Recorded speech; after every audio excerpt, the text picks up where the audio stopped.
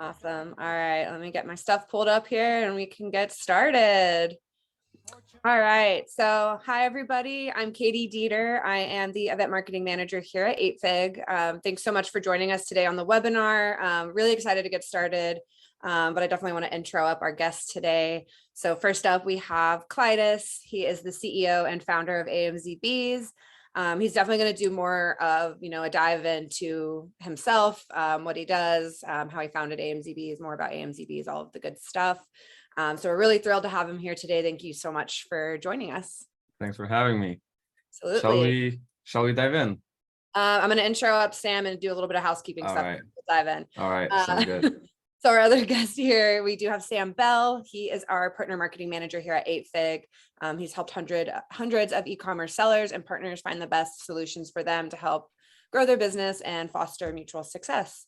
Working in sales and trading, fintech, and now e-commerce, helping entrepreneurs and business owners reach their financial goals is something Sam is very passionate about. Outside of 8Fig, he enjoys spending time with his wife and his dog Goose, playing golf, fishing, jujitsu, and a myriad of other random hobbies. So thanks, Sam, for being here. Thank you, Katie. I appreciate it. Yeah. So before we dive in, just a few housekeeping things. If you do have any questions during the webinar, please drop them in the Q&A box. We'll do our best to answer them as we go, but we'll probably save most of our time for questions at the end. We'll start off with Clytus here taking us through his case study, and then we'll let Sam have a chance to chat about, supply chain and avoiding stockouts. So with that, let's get the party started. Awesome. Let me quickly share the screen. Can you see it all right? Yeah, you see it? Awesome. Okay. All right.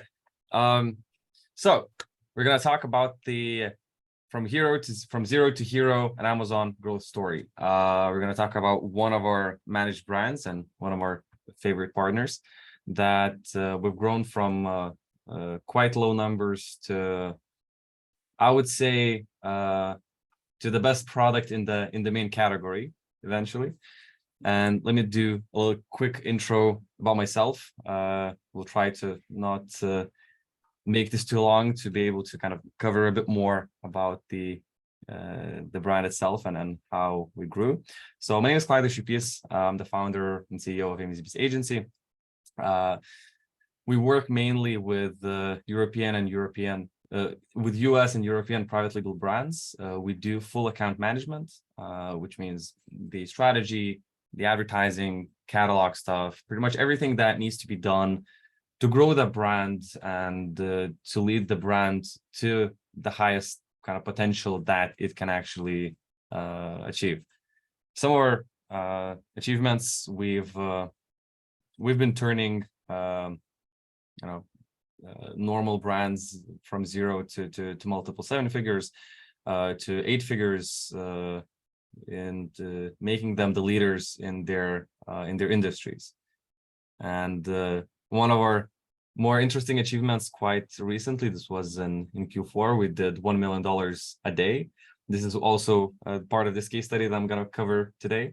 So we did $1 million in one exact day, and it's quite impressive because this was mainly for one product, where we grew that brand from absolutely nothing. And overall, we had around $20 million of yearly profit for our partners. So let's dive into the actual case study. First, I want to quickly cover the background, because this is one of the more important parts. Most of the partners we end up working with, they have a very good understanding of business. They usually have been in business for some time. They're not necessarily new business owners. They know how to pick the right products. They understand the market, and they try to pick the products not for Amazon specifically, but they find products that are going to be popular off Amazon, and Amazon is just one of the channels. Now, when we began working with this partner, the reason we began working with them is because I found their product, and immediately I saw the huge potential it had. So the first things first, the product itself is one of the biggest parts in success on Amazon. If you don't have a good product, it's not going to do well, right? If it doesn't have the proper audience, it's not going to do well. So I'm going to list a couple of bullet points of what made this product have such high potential and eventually helped us achieve these types of goals. This is the type of product that doesn't have direct competition, right?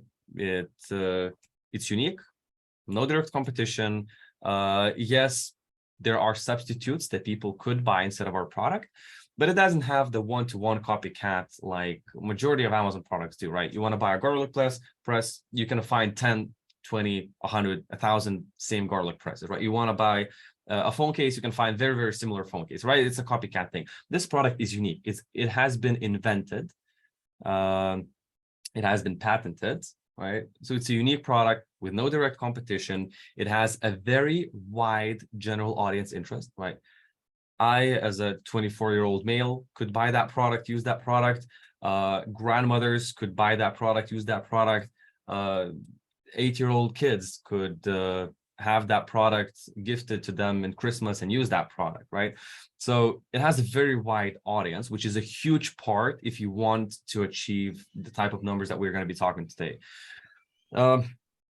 However, just having a good product isn't necessarily enough to reach $30 million a year on Amazon, right? Because just having a good product usually isn't enough. And you'll see that in the presentation. So first, we started working with this brand in 2020 and building the foundations, right? That's what the first year usually is, when the brand doesn't have solid foundations that could be built upon, right? You can try scaling and pouring money into advertising, but if there are no foundations, if you might be breaking some terms of service, your SEO isn't perfect, it's not going to work out well. So we started working with this brand on June 1st, 2020. And the brand itself, it was incredibly under-optimized, right? The brand, the products, SEO was just terrible, pretty much non-existent. There was no advertising. From previous history, saw that the company has tried spending a couple dollars on advertising, but we just consider it as none. But with that, they still managed to generate around 50K a month, quite stably. That product itself was like, they had multiple products. That product, I think, was generating like $28,000 or $30,000 a month in revenue, but eventually all the other products, all the other brands that this company or client had or has, they became incredibly insignificant compared to the bigger picture, as they were generating only 1 or 2% of our total revenue.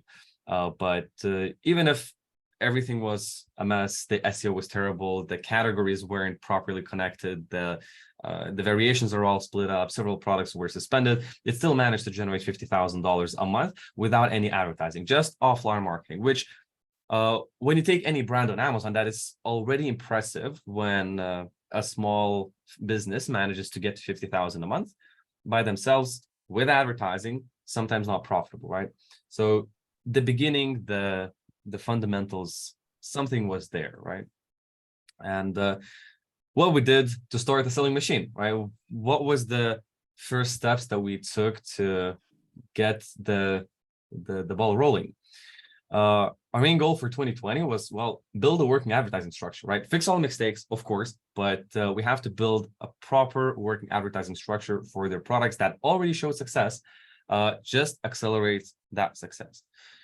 First, we dove deep into the backend SEO, the whole, well, not backend and metadata. So as you know, the metadata is things that we as sellers see, right? So the search terms, the metadata search terms, the description SEO, the categories, subcategories. We also had to delve into the backend SEO, working with Amazon to properly connect the category, the subcategory to the product. Because sometimes, and this was the case for this brand as well, we might have the subcategory connected visually, but in the backend, it's not properly connected. It was a glitch in 2020, and now we still see it from time to time, but it's a lot more rare. So we had to work with Amazon to connect the product to its rightful subcategory.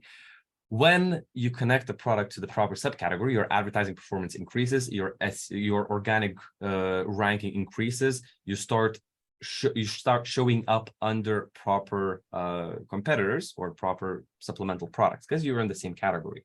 You have to be in the same category. So the backend SEO was a huge thing that did help us greatly in the very beginning.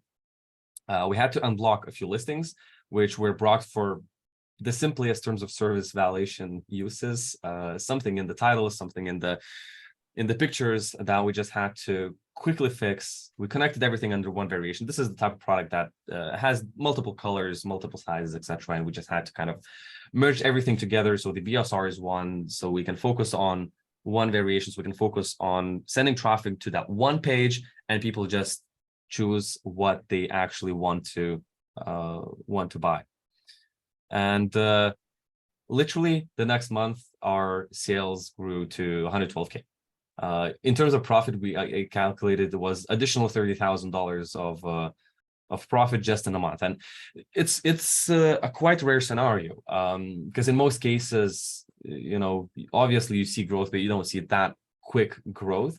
The big difference here was the SEO part. It was heavily under optimized, and even with initial several $1,000s of ad spend, which definitely helped to push things in the right direction, the SEO part was a big one. And we began implementing the second level of PPC optimization. Second level is basically where, let's say we have a keyword family of 25 keywords. We have one campaign, 3 ad groups, broad, exact, and match, and we just spread it out, the same keywords under their own match type in their own ad groups, which helps us with proper negating and helped us at that time. It was a good, solid working strategy that worked quite well. And here we see the first initial jump from April, May to June when we actually began working on the brand. That particular kind of jump, it stayed throughout the entire summer, because as the sales grew, the amount of problems we faced just began rising. Even though we unblocked several products, more suspensions followed because the product is a little bit complicated. It has things inside it that Amazon doesn't like, that is dangerous to children, that our product necessarily isn't dangerous to children, but there are materials that Amazon just needs to be constantly tested and reassured. So the stock itself, the revenue stayed throughout the summer, and the summer for this brand, as now we see, is quite a slow period. The issues we faced, right? There's constantly things that rise, right? Majority of the summer, out of stocks, constant out of stocks, 1, 2, 3, 5, sometimes days, sometimes a week of out of stocking of popular positions, unpopular positions. But when your sales just double from 50K a month to 100K a month, your operations hasn't changed. Like, you were used to the same traffic flow for about 6 months, and now immediately everything just switched. So this was definitely an issue that we faced with this brand, and actually with majority of brands we work with, for the main reason that it's hard to estimate because there are so many unknown variables. Eventually we figured it out. It took us about 3 years it took our partner about 3 years to fully figure out the stock problems. And now last year was the first year we weren't out of stock.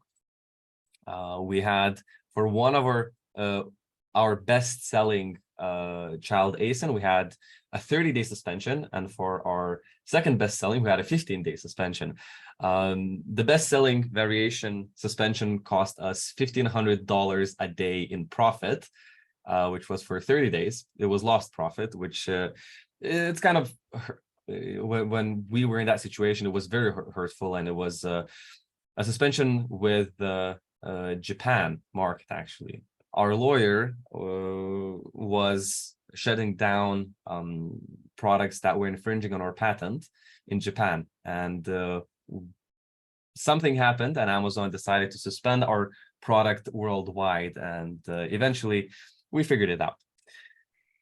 We didn't have a proper FBM structure. For this brand, we are mainly using FBA, but as we were running out of stock, it really would have helped if we had already a proper FBM structure in place where we can ship products with higher prices, because they could range from $20 to $90, this particular product and the variation. And when somebody buys a $90 product, for us, it makes sense to ship it from our own warehouse instead of Amazon, because on Amazon we just don't have enough stock. Eventually, what happened in 2020, we were shipping those products from China for 2 weeks to people in the US, and people were paying a premium on the shipping as well. And Amazon was also labeling our products, which in the beginning was easy for the convenience, but eventually we switched from using Amazon FN SKUs to using manufacturer UPCs. And when we did that switch, I think it was in 2021, that actually saved us tens of thousands of dollars. So this is definitely something to keep in mind, where if you don't have distributors selling your products, it might make sense to use manufacturer labels, UPCs, instead of Amazon labeling your products or your factory relabeling your products, because this is the brand that's not native to Amazon. This is the brand that sells to distributors. This is a brand that has presence outside of Amazon, and their products come with UPCs, right? So we had to kind of fix that issue when we came to it. Now we can talk about some wins. So the 2020 was the first Q4 that we had with this brand. So every single weekday almost, we were hitting either all-time highs or we're hitting new issues or new challenges that we never faced before for this particular product and brand. However, we got the bestseller badge in our subcategory, which was definitely an achievement, because as you know, the bestseller badge does help a lot with conversion, whereas Amazon Choice badge helps with click-through rate, where bestsellers badge doesn't help as much with click-through rate as the Amazon Choice badge, but the bestsellers badge helps us a lot more with the conversion. And we moved into around top 100 of our main category. We're kind of in and out of the top 100 in the main category. We were also featured on national television in the United States, which this was, I believe this was the last day of December. We got around $100,000 in sales on that day. I believe this was our absolute biggest day ever. We had no clue that in a couple of years we're going to reach $1 million a day. But at that point, it was absolutely incredible.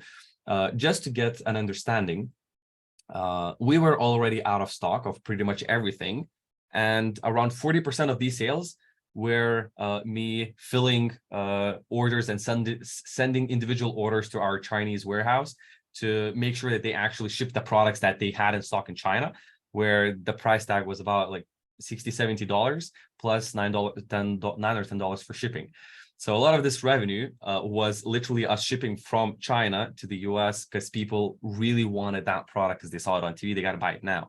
So this was definitely a New Year's Eve that I will remember, and I did not sleep at all that night, because we live in Europe, US, things are happening. And there we go. We're moving on. In July and August, we switched from the second level of advertising, which we built in the beginning.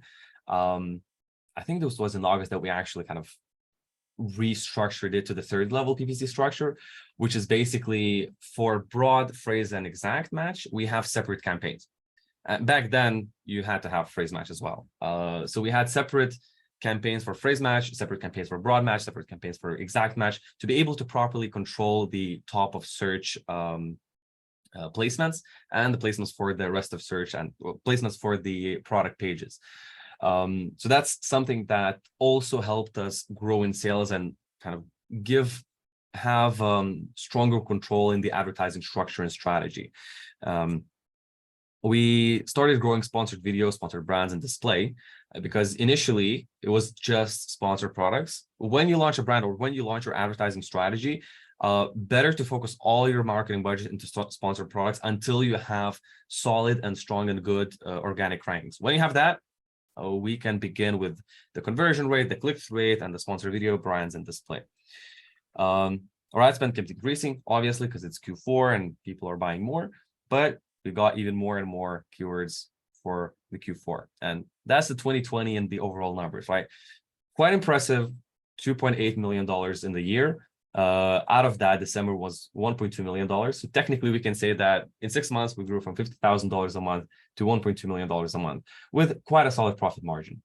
With products that are unique, a good thing is that you might have a lot lower cost of goods and a lot higher price, which definitely helps. 2021. So in 2020, we were building foundations mainly. In 2021, this was all about growth. Let's see where we can push it with the capital reserves that we had in the brand. We began after Q4 pretty much out of stock, right? If the last day of the year we were selling everything we had, literally cleaned FBA warehouses, cleaned the FBM warehouses. We started very, very slow. It was a difficult month. We also, in Q1, we also did full updates for the listings, for the copy, for infographics, the A+ content to get our conversion up, to get our SEO even kind of harder up. I believe we did that update as well in 2022. But after Q4, that's the time when we can begin focusing on other things, preparation for the next Q4, instead of focusing just on advertising. We also began testing lighting deals, which turned out to be, for this particular product, with these specific criteria that I showed in the beginning of the slides for that product, lighting deals work very well.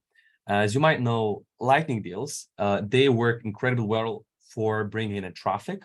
7-day deals work very well for increasing your conversion and organic rank. So we were running lightning deals to get that additional traction. And from the very, I'm not sure if, yeah, this is probably 2021. From the very beginning, we were like getting crazy results from the lightning deals, and we began doing them almost every week. We were testing a lot, like products. We were testing coupons. We were testing product PEDs, private exclusive discounts.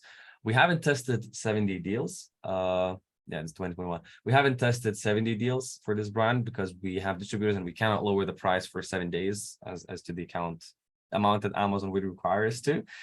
But the lightning deals, this is something that we still do to this day. We also joined the Launchpad program back when Launchpad program was more difficult to get in and it was expensive. I believe we paid initially 5%, then 3% from our all sales. So imagine giving 3% just for Launchpad, just to get the premium A+ content now that everybody has for free.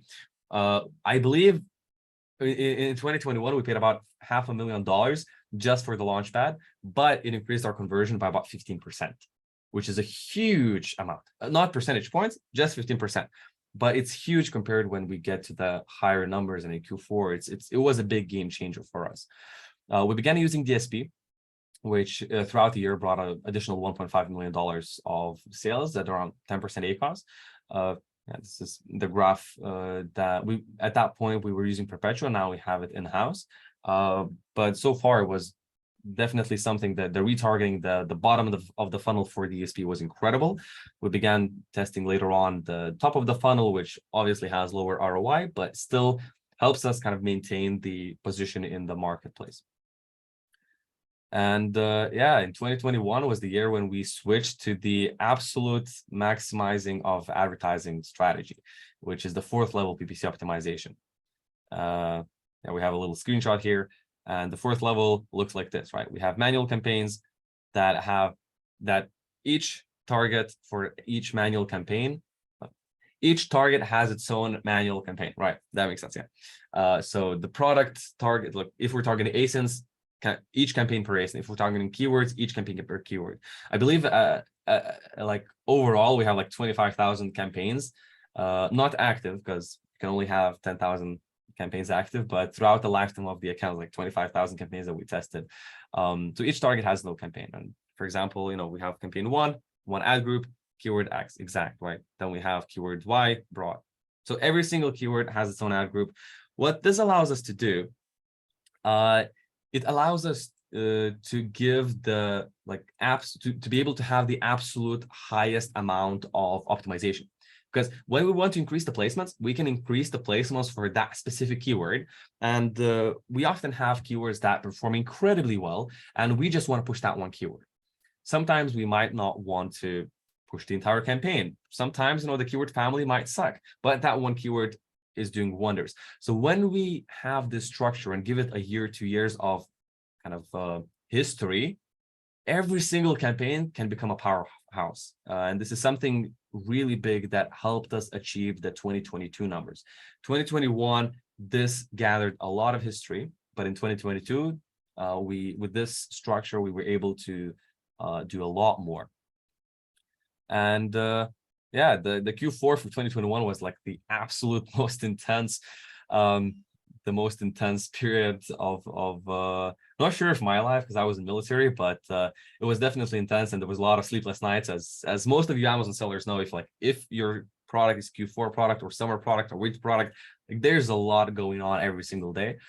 And yeah, so Q4 was incredible. We did Prime Day in 2021. In 2020, we didn't do Prime Day. So this year we did a Prime Day. We were doing it without the ongoing Prime exclusive discounts, which turned out not to be the best call, but we were testing. We were testing what works best for the Prime Day. And what works best was Prime exclusive discounts. Lightning deals do not work, right? 2021, lightning deals every single week, generated thousands of campaigns every week. Right now we have active 7,500 campaigns, like still 7,500 campaigns active on this account that we continuously manage. We reached in 2021, obviously not forever, like it's still fluctuating, but we reached the BSR of 1. So we were the absolute best seller in our main top category, right? BSR is just 1, which I think our clients have it framed, that screenshot somewhere in their house.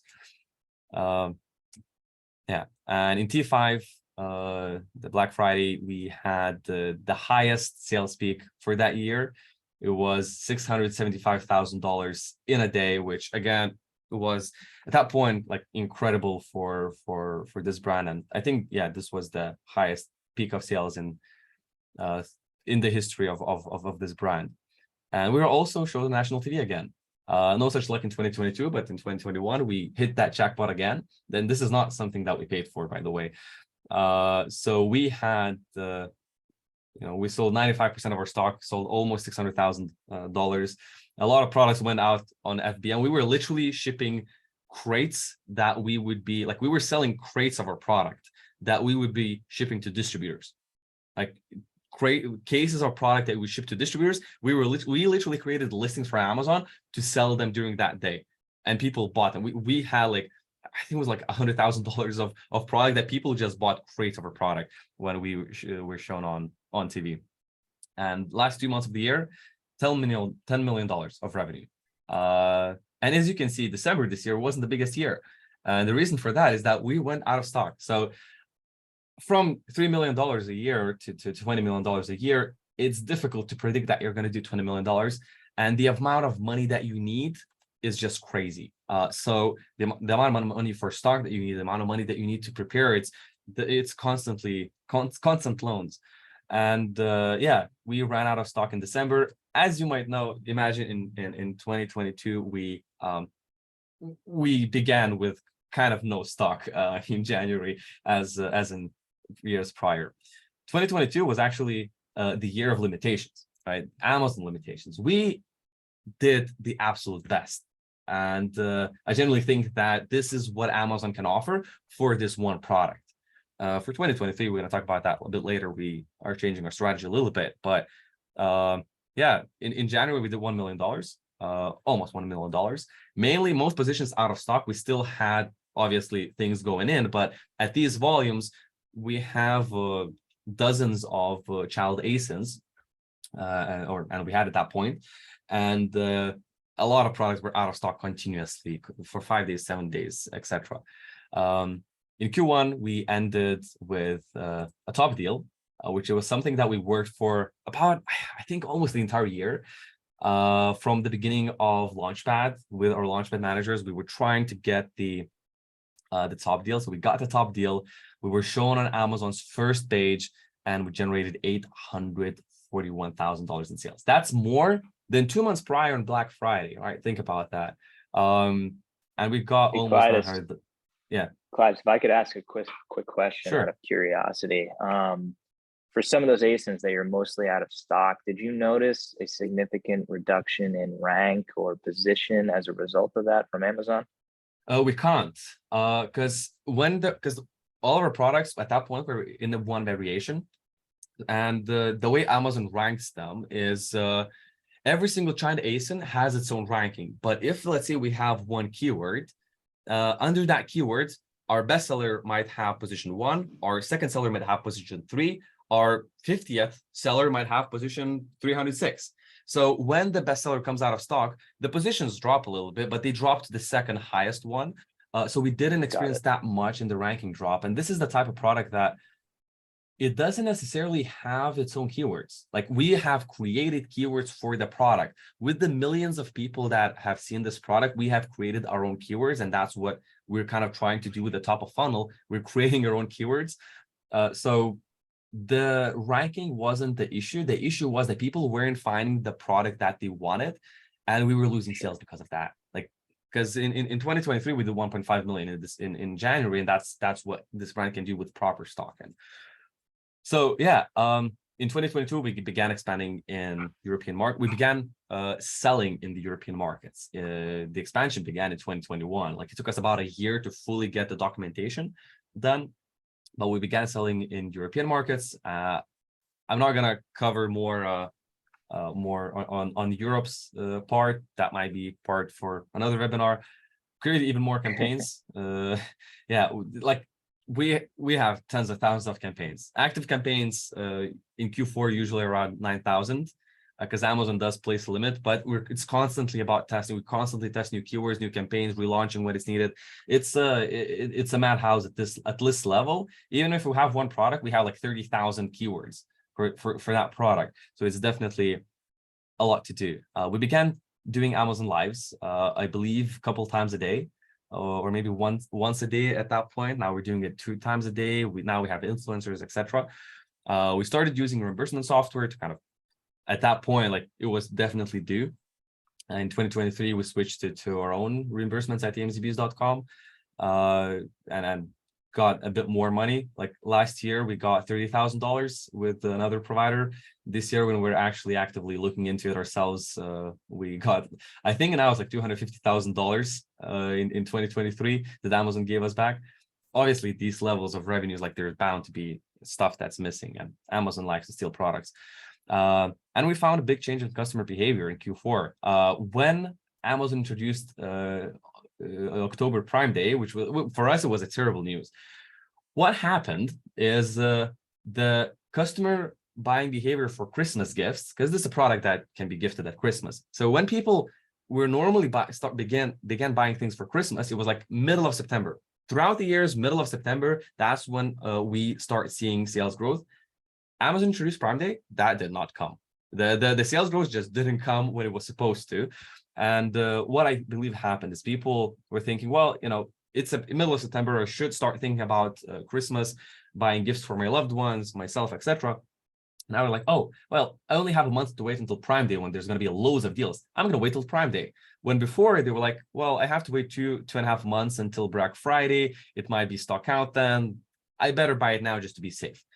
And what happened is that our peak sales, like our Christmas shopping sales, began after Black Friday, because in between Black Friday and Prime Day in October, it's like a month and a few days, and people are like, yeah, well, I can't wait till Black Friday. Like, why would I buy now? So that's definitely something that changed a little bit. And yeah, this is the 2022 in full numbers, and I mean, obviously, I cannot cover in the short amount of time like absolutely everything that happened, because trust that we have a full-time person working just on the technical issues of this account. The amount of constant suspensions and constant issues, variation splits, incorrect things that Amazon is doing to us, it's crazy, the amount of work that there is. But to get to this level, not just our team kind of did our part, our client, our partner, they also did their part. They expanded to bigger warehouses. They hired a lot more people internally to work on new products, on new designs. And I believe in 2022, we launched a couple new variations, in 2021 as well. But this was definitely an achievement that was an achievement for our team as well, because we grew it from nothing. There's one thing when you take on a brand that's already doing $50 million a year. It's another thing to grow a brand from, well, $600,000 a year to $30 million a year. So when we calculate our clients' profit growth, that's what we mean. Like last year, we had $20 million of profit growth that we were responsible for our clients. Let me get a sip of water. So yeah, that's the ending of 2022. In 2023, we had a couple quarters, and we were focusing new designs. Now we're launching new designs, like new variations, new sizes, almost every quarter, and it's a big effort from the entire team. We're also introducing new products, and this is something that our partner worked a lot on the last year to begin testing and introducing new products that have similar audience, kind of similar aspects, right? Unique, something new, invented, that can be patented, that can have a very broad audience that could get to this potential. And there's one product that I even love more than the current one that we did $30 million last year. And I truly think that with the new product that we have launched quite recently this year, eventually we might reach 10 or $20 million a year just with that additional product. So this is definitely, you definitely need a good product, but you also need kind of the rest to get to that point. So we'll see how that goes. Maybe we'll meet in a couple of years in another webinar that I'm going to be talking about the second product that we launched then, and we've got similar numbers. 2023, again, we now began simplifying titles, simplifying the listing to focus more on even broader audience. Because now we have, I think it's around 1 million people a month that are visiting our product, if we look at non-Q4 months. And definitely something that we have noticed is the huge drop in conversion. We have similar sales, the traffic has increased, but that traffic is a lot more broad than it was before. So now we have to focus on that conversion and not so much on the SEO. The SEO part, over the last several years, we got that down to a T. And now we have to focus on conversion. So this is what we're doing this year. We also started using Logi AI. It's a new software. It's like, I believe they're invitation only because we were invited to that. But basically what it's all about getting more influencers on Amazon posting about a product. We're giving them commission, I think like 30-something%, 20, maybe 40%. And people are literally just buying our product, showing it to their followers on Amazon, and we're getting the benefits, the exposure, the visibility. We're populating more and more places on Amazon, on our own listings, and on competitor listings that might look similar to ours. So definitely something that we think will have success in the Q4. And yeah, this is how so far the 2023 looks. Actually, it's quite similar to 2022. We have seen some growth in sales. Prime Day was a lot better than last year. This year we did about I think 12x our normal days, which was quite good for us. But we'll see how it turns out. I could say that this year we didn't have that much stock count issues, which we had last year. So we still had a little bit higher sales, but definitely we see the seasonality. And predictions. So for 2023, we're having a situation where we do have some new products that we are going to be launching. If we look at the current products, I think at the maximum we're going to reach this year is around $34 million, because last year we were kind of operating at a peak. And we still are not sure how the customer behaviors are going to work out in Q4. But the Prime Day, with it being the highest revenue day for Amazon in history, does show a lot of promise for the Q4. We are launching the new products, and with those new products, I do see strong potential. But since it's going to be our first Q4, it's still about building foundations for the new products. It's still about gathering reviews, because right now we don't even have 1,000 reviews. But for these numbers, you need thousands and tens of thousands of reviews. So it's still something that's ongoing. And something that's important to note, and I think it's going to be a good transition to 8fig's part, is we had huge margins, right? We had 36, we had 40% margins after advertising. Obviously, these are gross margins that don't include warehousing costs and R&D and operating costs for the team, etc. Just Amazon native, not margins. We still needed huge amounts of money. I believe at some point we had a loan for like $8 or $10 million. Because if your product is seasonal and you have this kind of growth, all the money that you get from the sales is going straight into product, and you need to kind of finance that additionally, because if you want to grow, you always need more. And as far as I know, like I obviously don't know the specifics because our client CFO is managing that particular part, but the loans that we needed were getting bigger and bigger every year, and this year they're also a little bit bigger because this is going to be the brand that we grow to 9 figures.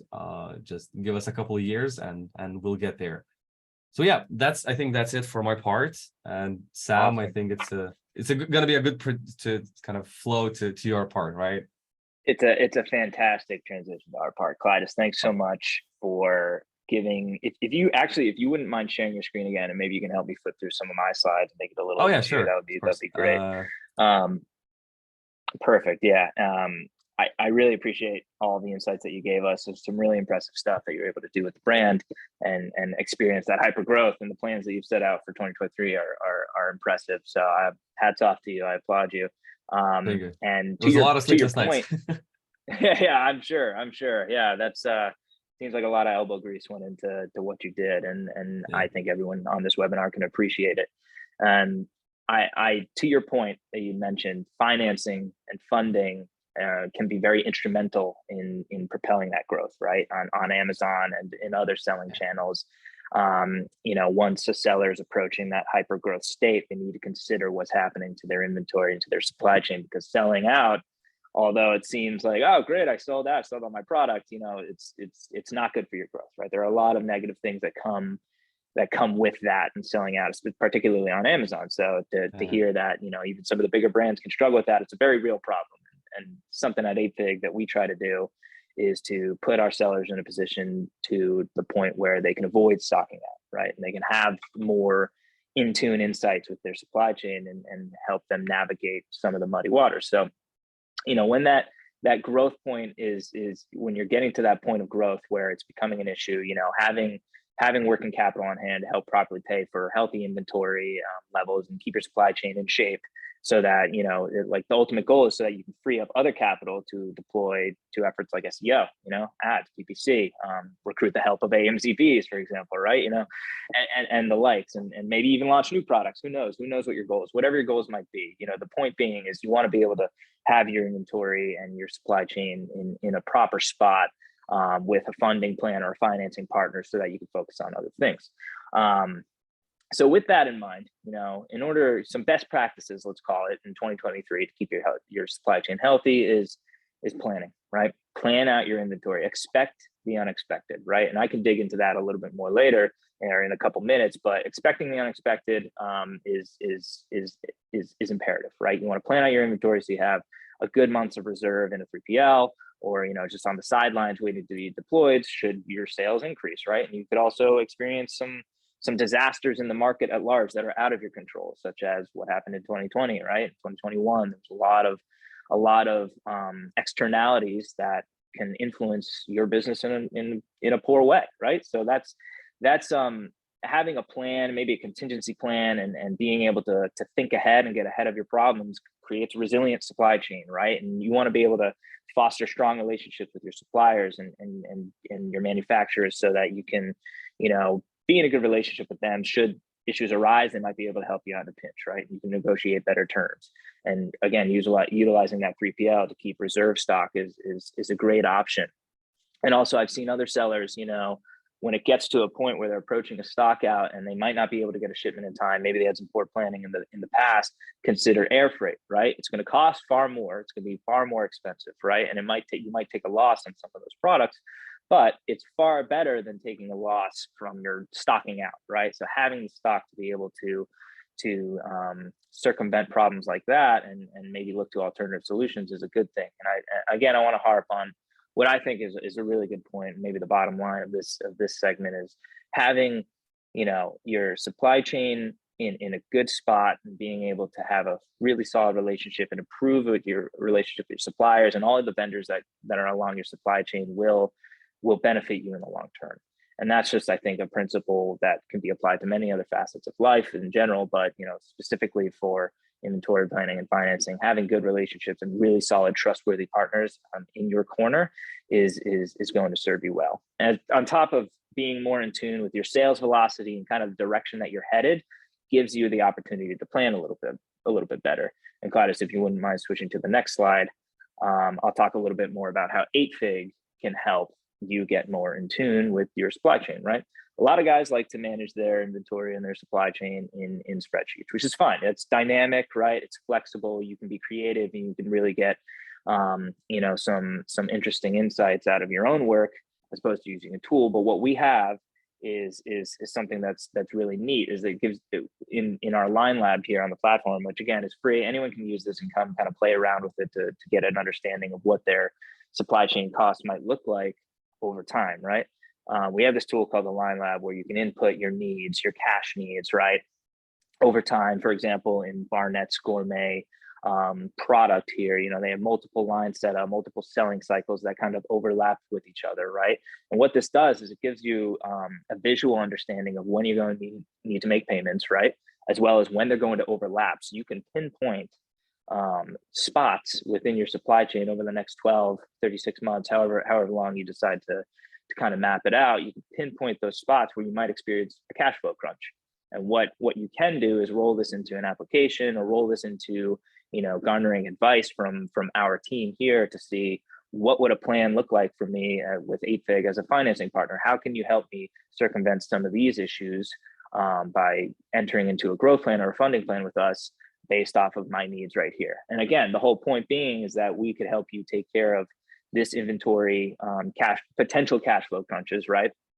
We can help you take care of those so that you can focus on growing your business from a marketing perspective or from a PPC perspective, right? So that you can realize that growth in the broader market as opposed to having to harp so much on your inventory and worry about it. So that's some of the features that come along with our platform, as well as some sales forecasting tools to get you to understand your velocity a little bit more, maybe comps, month on month, year over year, cash flow breakdowns, things like that. There's a lot of bells and whistles that come along with it outside of just funding. But again, the one primary benefit we have is helping sellers finance their supply chain. And then lastly, Claudius, if you wouldn't mind switching to the final slide here, I'll wrap it up. Again, the whole theme here has been, preventing stockouts, because with stockouts comes a myriad of other issues. And Claudius alluded to this in his presentation, which was, there could be loss to competition. There could be delayed purchases by customers, somebody who found your product, and if it's out of stock, they might be turned off by that. For example, they might wanted to buy it, they could forget about it in a month if you're out of stock, and then they go to a competitor, right? Or there could be annulled purchases, somebody who really wants to buy it at that moment in time, but really needs that product, but is immediately going to go to your competitor because you're out of stock. And then lost retention. You're going to lose trust with some of your customers, right? No matter how long they've been buying from you, or if it's repeat products and things like that. If you're out of stock, they're going to start to their trust in you is going to start to wane at some point. And then last but not least, kind of what I asked Claudius about earlier is, it benefited him because he had secondary ASINs, right, that could help with this. But if one of your products, is out of stock, eventually your rank is going to be hurt by Amazon, and that's not something you want. That could cripple your business in the long term. So that's it's important to keep that in mind and to avoid it. And again, to reiterate here a little bit, keeping 3 months to 6 months in reserve stock, maybe in a 3PL, just to prepare for something that could happen. Maybe your sales spike, which is a good thing, but you want to make sure you can meet that demand. Keeping that in reserve is a prudent decision you can make for your Amazon store. What we sometimes do is something that really helped us with like stock management, is we literally started sending products into AWD, Amazon Warehousing and Distribution, where there is a setting, automatic fulfillment. When we're running low on stock on Amazon, they ship products from their 3PL, like Amazon native 3PL, where the costs are a bit lower. It's lower for us in our case. I'm not sure if it's for everybody. It's not. I don't think it's the lowest option, the cheapest option. Yeah. But it's very convenient to use the AWD, where we send in containers, floor-loaded containers to them. They kind of just store everything, and once we begin kind of slowly going to be running out of stock on Amazon, they ship more products. So it helps us keeps the Awesome. cost down on Amazon to not overstock, and also with the whole 3PL thing. Absolutely. No, that's a really wonderful point. And again, guys, take it from somebody who's been there, done that plenty of times, and has been so successful with what they've done. It's a really wonderful tip. And the more you can expand your relationships with your suppliers and work through backup plans and contingency plans, have cash on hand for immediate emergency inventory purchases, the better off you're going to be. And I think the more you can stay nimble and flexible with that, expect the unexpected. That's what we want to do, right? That's the ultimate goal, but easier said than done. I understand that. So having the right partners in financing or in vendors in your supply chain will help you get to that point. And that's pretty much it from me. I think we can move on to questions, if anyone has any. Yeah, so I'm back. Hi. So we're at our Q&A portion. Clytus, if you want to go to the next slide, there's some QR codes while we're answering questions.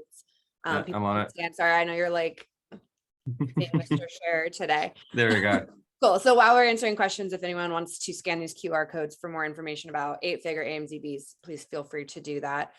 We do have 3 questions, so we'll go through those real quick. The first one is, what advice do you have for someone who sells a seasonal product whose window of growth is shorter? Definitely use a 3PL or AWD, first of all, because the restock limits aren't going to be your friend. My advice, so when we're preparing for a season, we try to outrank our competitors, if that makes sense, because there is a specific amount of people that are buying in a non-seasonal kind of season, right? Let's say it's a summer product and it's spring, or it's even winter. You're still competing for the organic positions. We try to, even though like with lower margins, with less sales, we try to outspend our competitors. We try to get the top of search positions. We try to get as much as possible of the top of search impression share to get higher rankings before the whole kind of madness begins. So you still can do a lot of preparations in advance to focus on your organic rank to get there. But when that window of growth is like super short, let's say Halloween or Valentine's Day or Easter, like it's quite quick, like you have a month. Yeah, definitely have a 3PL that you can ship products to Amazon quickly, because the stockouts in those shorter windows are definitely a big thing. Cool, thank you. Move on to the next question. So someone said, I'm looking to expand to international markets. Is there anything I should keep in mind when working on that? Yeah, don't expand to more markets than absolutely needed at that time, right? With this particular brand, we learned a very good lesson because we had money, we have a lot of products, we are incredibly ambitious, and we're like, cool, let's expand to the entire Europe, right? Europe plus UK, right? Now it's like 9 marketplaces. The amount of paperwork that needs to be done, it's absolutely massive. The amount of things you need to research is massive, because we're talking about 9 different countries, every single country with its own legislations, every single country with its own DAT, every single country with its own specific laws. In Germany, we have the packaging law, the Lucid, the WEE for batteries, for different things. Every single country might have different compliance requirements. So if you're expanding to international markets, expand to one international market, right? If you're expanding from US to Europe, expand to Germany. You begin selling in Germany. In 6 months, feel free to expand to France or Italy, like from the German warehouses, because you're gonna have the stock thing figured out, like you have logistics figured out to Europe. You're gonna have the VATs figured out. You're already gonna have a company that you're working with. You might already have a company you work with for the product compliance. But do things slowly and don't overrush things, because it's usually not a question of money. It's a question of human resources, and do you have that amount of human resources in the company?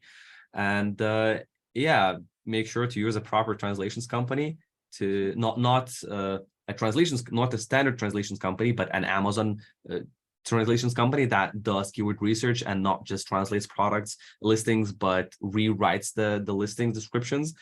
And something that we also like to do is there's a program in the US where when we expand to international markets, we can have unique images for each market. So by default, the images are global, but there's a tool on Amazon that allows us to have German visuals in Germany, English visuals in Britain, American